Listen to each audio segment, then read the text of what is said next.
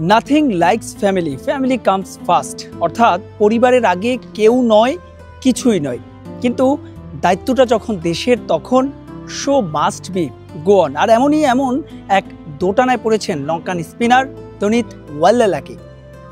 আফগানিস্তানের বিপক্ষে ম্যাচ চলাকালীনই তিনি খবর পান হার্ট অ্যাটাকে আক্রান্ত হয়ে মারা গেছেন তার পিতা, এবং পরদিন অর্থাৎ ম্যাচ শেষের পরদিনই তিনি উড়াল দেন লঙ্কাপুরীতে।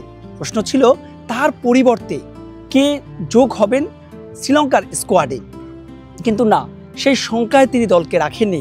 জানা গেছে বাংলাদেশের বিপক্ষে ম্যাচ ডের দিনই দলের সঙ্গে যোগ দেবেন ওয়াল্লালাকি। ওই যে বলছিলাম, show must be go on. কখনো কখনো দেশের প্রতি দায়িত্ব বোধহয় সবচাইতে বড় হয়ে ওঠে। দনিত ওয়াল্লালাকির সময়টাও আসলে ভালো যায়নি। আফগানিস্তানের বিপক্ষে তিনি বেদম মার খেয়েছেন।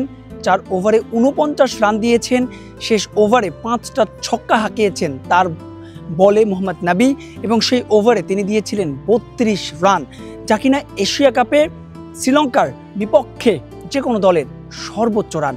সেই দনিত ওয়াল্লালাকি বলছিলাম পরদিনই ফিরে গেছেন, তবে আবারও তিনি যুক্ত হচ্ছেন স্কোয়াডের সঙ্গে, এবং বাংলাদেশের বিপক্ষে ম্যাচে শেষ পর্যন্ত তার সুযোগ মিলবে কিনা সেটা পরের কথা, কিন্তু তিনি যেই সাহসটা দেখিয়েছেন সেটা নিশ্চয়ই কুর্নিশ যোগাবে যে কাউকে, এবং সেই শোককে নিশ্চয়ই শক্তিতে পরিণত করতে চাইবে গোটা শ্রীলঙ্কা দল। শোক আছে বাংলাদেশ দলের জন্য।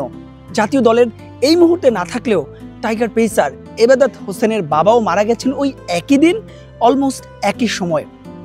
সেই এবাদতের বাবার মৃত্যু শোককেও শক্তিতে পরিণত করতে চায় বাংলাদেশ দল, এবং বাংলাদেশ এবং শ্রীলঙ্কা ম্যাচটির আগের দিন টাইগারদের প্রেস কনফারেন্সে টাইগারদের pace bowling coach Shaun Tait যখন আনুষ্ঠানিকভাবে সংবাদ সম্মেলন করবেন, তার আগে জাতীয় দলের মিডিয়া ম্যানেজার রাবিদ ইমাম বিসিবির পক্ষ থেকে ওয়াল্লালাকি এবং এবাদতের বাবার এই মৃত্যুতে শোক জানিয়েছে। তবে যে ম্যাচটা রয়েছে শ্রীলঙ্কা, সেই ম্যাচে দুই দল কালো ব্যাচ পরে নামবে কিনা সেটা এখনও নিশ্চিত নয়। তবে বাংলাদেশ এবং শ্রীলঙ্কা দুই দলের সামনেই এই শোককে শক্তিতে পরিণত করার চ্যালেঞ্জ টাইগারদের সামনেও নিশ্চয়ই শ্রীলঙ্কার বিপক্ষে যে গ্রুপ পর্বে হেরেছে, সেই গ্রুপ পর্বে হারার শোধ নেয়ার সঙ্গে এশিয়া কাপের সুপার 4-এর ম্যাচটাও দারুণভাবে এগিয়ে যাওয়ার।